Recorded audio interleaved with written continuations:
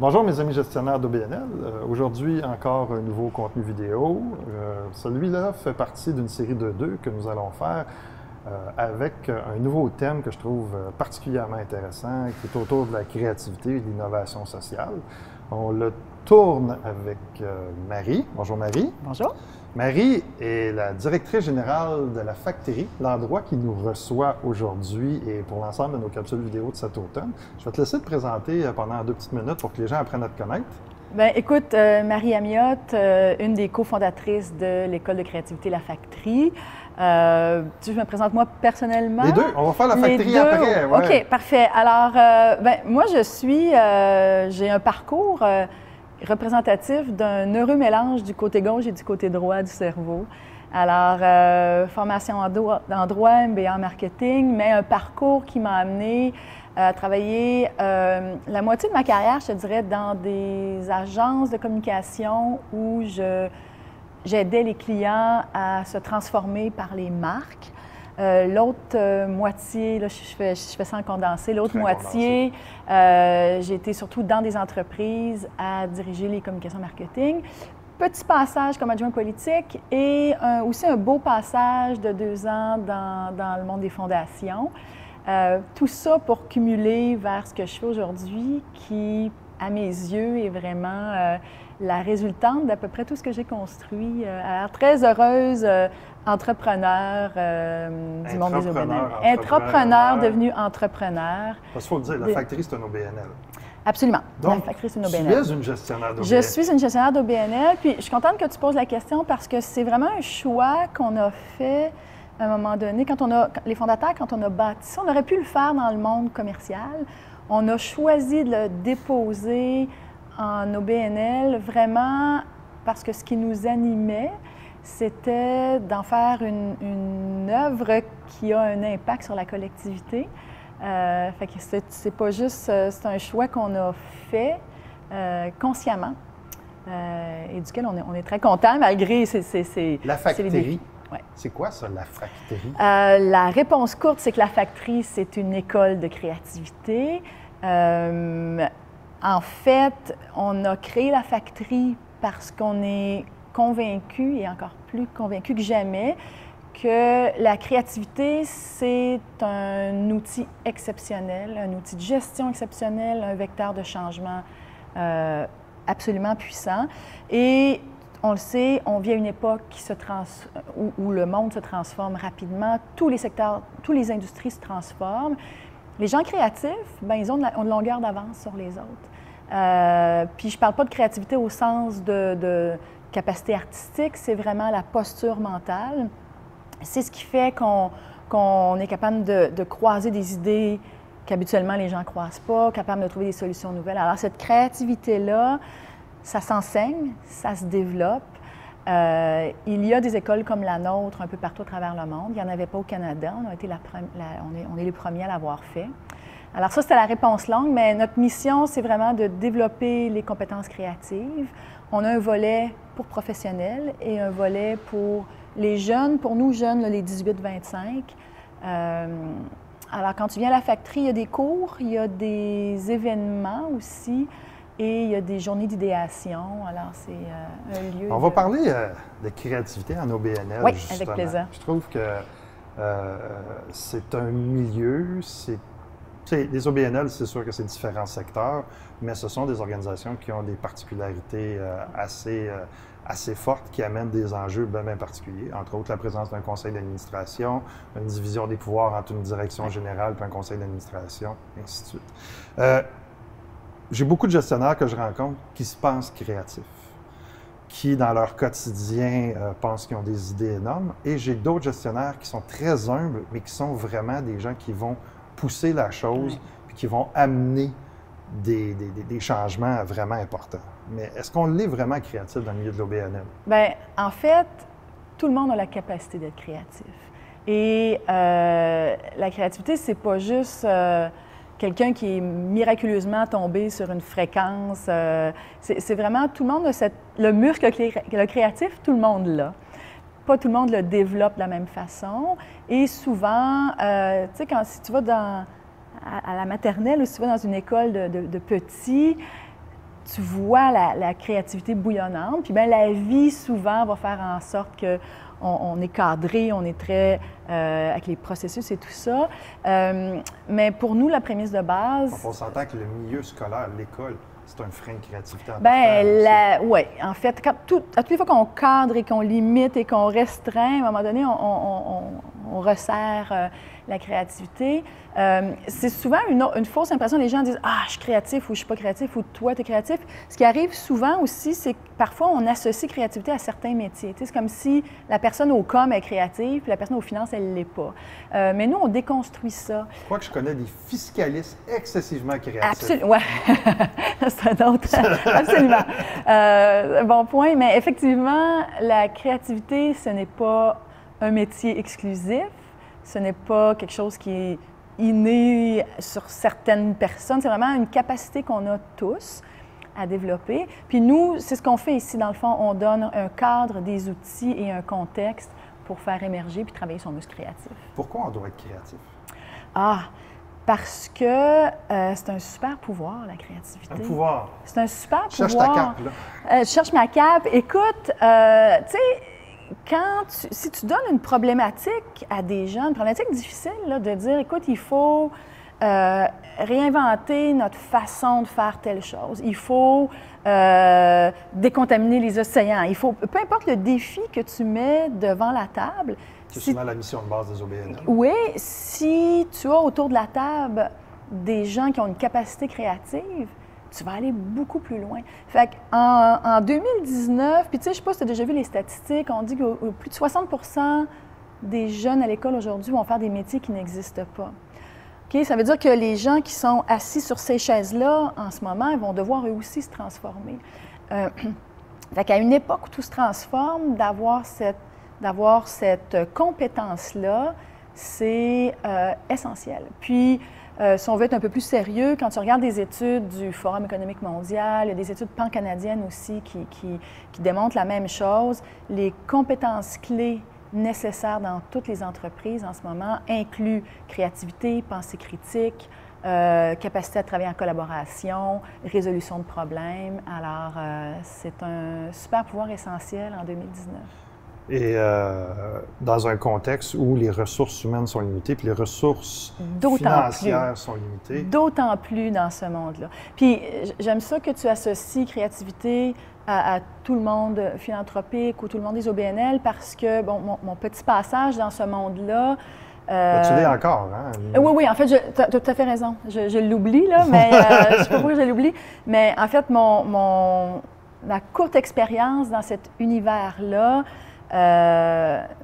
m'a démontré combien il y a quelque chose d'intrinsèquement créatif à porter une OBNL, pas juste par le fait que tu n'as pas beaucoup de ressources, c'est sûr que ça t'amène à trouver des solutions nouvelles, mais je pense qu'il y a quelque chose d'intrinsèquement collectif dans les cultures OBNL, et ça aussi, c'est des ingrédients de créativité. Il y a quelque chose de collectif, mais en même temps, il y a beaucoup de freins à cette créativité-là. Oui. Et il y a beaucoup de résistance, parce que créativité va aussi en opposition avec la résistance au changement, selon moi. Là. Oui. À l'opposé, un des ingrédients de la créativité, c'est le courage, c'est la vélocité, la capacité d'agir, c'est la capacité à prendre des risques, la capacité... Alors, effectivement, tous les freins que tu nommes sont des barrières à la créativité. Parce qu'on a, à la base, là, le fait qu'on peut avoir des gestionnaires qui sont très créatifs, puis si on n'a pas un conseil d'administration qui supporte cette créativité-là, on se trouve à avoir des enfants morts-nés, si on veut. Moi, j'ai l'impression, puis là, c'est pas scientifique, là, c'est moi qui Non, qui mais parle, des fois, la pratique... j'ai l'impression que la peur du risque est probablement un des plus grands freins au Québec sur la créativité. Puis tu amènes un élément culturel très fort. Oui. Puis Jacques Bouchard en a parlé, puis même le dernier livre sur les cultures des Québécois. On n'est pas une culture de... Le risque, on n'est pas très tolérant au risque au Québec. Ouais. Puis notre relation avec l'argent, on pourrait en faire une aussi, discussion juste ça, mais on peut en faire un discours, mais en même temps, c'est tous des éléments qui viennent être inclus dans la marmite créative, Ouais. si on veut, parce qu'on pense souvent qu'une idée créative, c'est quelque chose qui prend énormément de budget ou qui va demander énormément de ressources. C'est pas C'est nécessaire. pas vrai. Puis même à l'inverse, C'est pas quelqu'un vrai. qui est très créatif va faire des choses très intéressantes Ouais. sans faire des investissements. Ouais.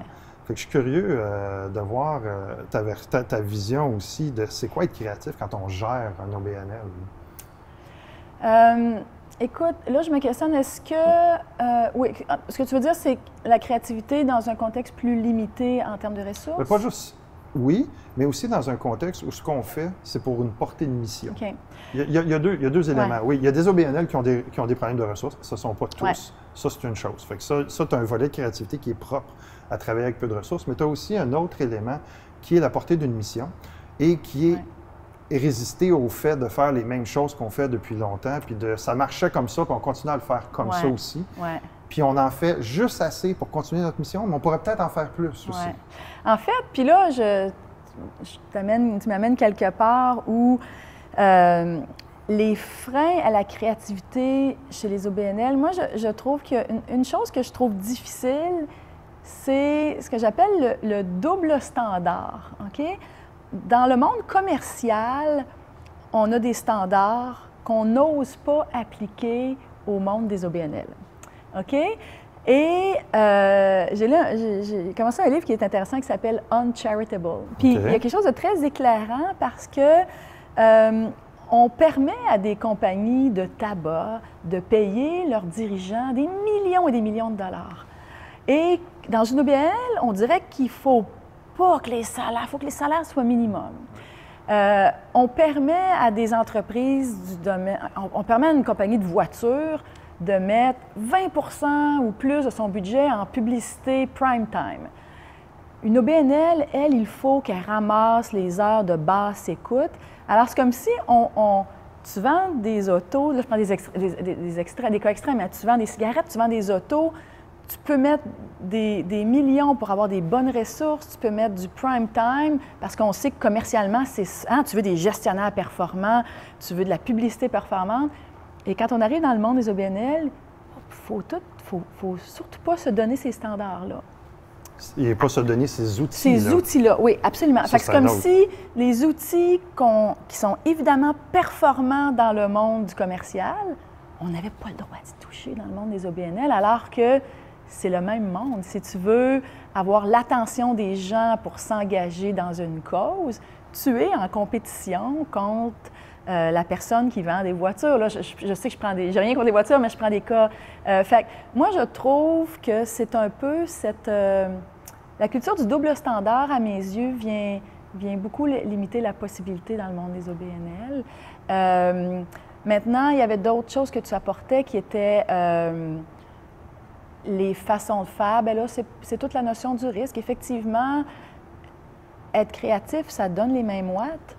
Mais nous, ce qu'on essaie d'encourager ici, c'est de dire, écoute, quand tu as les mêmes watts, c'est souvent que tu tiens une idée nouvelle qui n'a pas été faite avant. Tu sais, les premiers qui ont fait des fermes urbaines sur les toits, c'est une idée folle quand tu y penses, mais c'est peut-être plus facile d'aller faire des fermes dans des régions agricoles, mais c'est le futur. Fait que, est-ce que c'est typique aux OBNL? Je pense que les ingrédients de la créativité, moi, je les vois pertinents dans tous les secteurs, commerciaux comme OBNL. Les freins, il y en a beaucoup qui sont les mêmes, mais je pense que le double standard dont je te parlais est particulièrement limitatif. Il vient dans la perception aussi, puis dans la capacité d'être capable d'opérationnaliser une idée. Oui. Aussi, puis de se donner les outils. Oui. Puis on a aussi, dans le milieu philanthropique précisément, il y a tout le débat sur les ratios.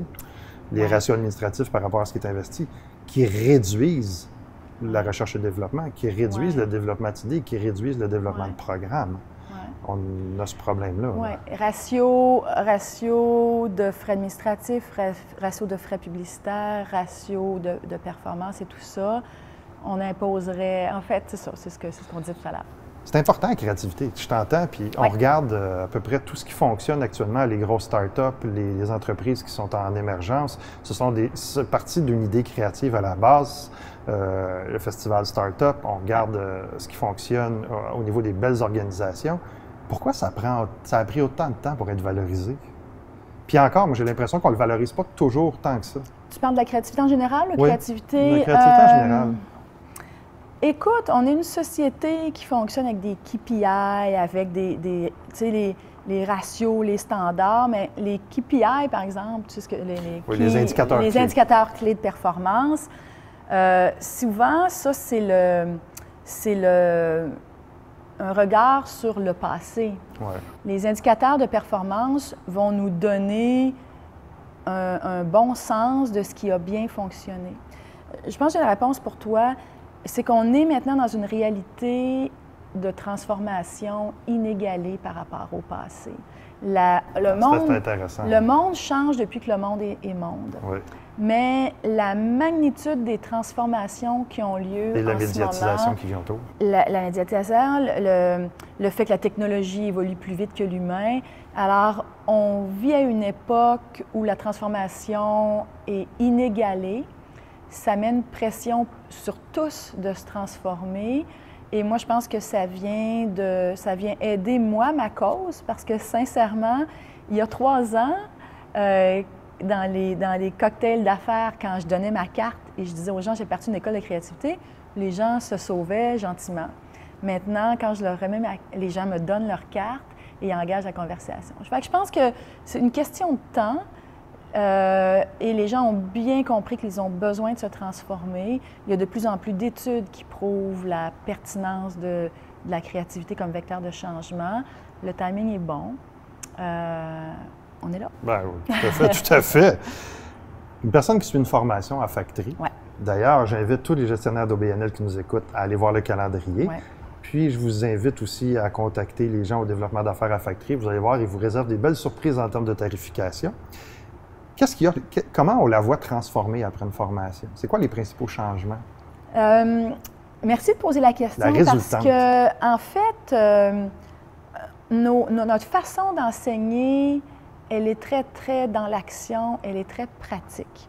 Et je fais souvent l'analogie avec apprendre à nager. Même si tu écoutes les TED Talks des meilleurs nageurs sur la planète, tu nageras jamais. Tu as besoin de te lancer. Je pense à la même chose en piscine. cuisine aussi. En cuisine aussi. Mais tu sais, mes enfants ont pris la guitare en écoutant des vidéos de guitare. Bon, quand même. Mais ce qu'on enseigne ici, on donne un cadre très concret. On amène les gens à vivre une expérience créative. On leur donne des outils. La créativité, c'est pas... Il y a une science derrière ça. Hein. Il y a une rigueur, il y a une méthode. Alors, ce qu'on entend des gens qui terminent à la Factri, moi, ce qui me fait le plus plaisir, c'est dès le lendemain au travail, il y a des choses que j'ai changées. Le côté aussi, oui, je suis capable d'être créatif. Le côté très enrichissant, parce que les cohortes ici, c'est des gens de tous les secteurs. Alors, il y a un peu vraiment, de co-développement là-dedans. Il y a du co-développement, la force du groupe. On mise beaucoup sur la force du groupe, sur la transdisciplinarité. Alors, les gens qui nous disent hey, « moi, ça m'a transformé et j'ai des choses concrètes que je peux faire dès le lendemain. » Ça, c'est ce qui me fait le plus plaisir. Si tu me permets, tu disais tout à l'heure... de toute façon, tu pourras recouper. Tu disais tout à l'heure, j'invite les gens à venir à la Factri. Il y a trois piliers dans les formations qu'on donne, puis une qui est particulièrement intéressante pour tes membres Espace OBNL. Bon, le premier pilier de formation, c'est beaucoup sur le leadership créatif. Alors, la posture créative des gestionnaires, le savoir-être, puis tout ce qui fait qu'on est capable de diriger des projets ou des équipes dans une dynamique de co-création. Le deuxième pilier qui est intéressant, c'est leadership et impact social. C'est d'ailleurs un peu le sujet de notre autre capsule qu'on va faire. Bon, OK. Fait qu'on en parlera peut-être plus en détail, mais on ne peut plus gérer une entreprise maintenant, quelle qu'elle soit, sans revoir ce que veut dire générer de la valeur. Alors, on ne peut plus juste générer de la valeur pour les actionnaire, générer de la valeur pour les membres, il faut générer de la valeur pour la collectivité. Alors, pour nous, il était évident que créativité, c'est aussi créativité par rapport au modèle d'affaires, la créativité d'affaires, de générer de la valeur, tout ça. Fait que ça, on a ça. Le troisième pilier, c'est tout l'univers du data. comment utiliser cette nouvelle réalité-là qui touche tout le monde. C'est vraiment il y a une nouvelle vague, une nouvelle réalité de notre monde qui est tout ce qui touche à l'univers du data. Et ça aussi, c'est un vecteur de transformation important.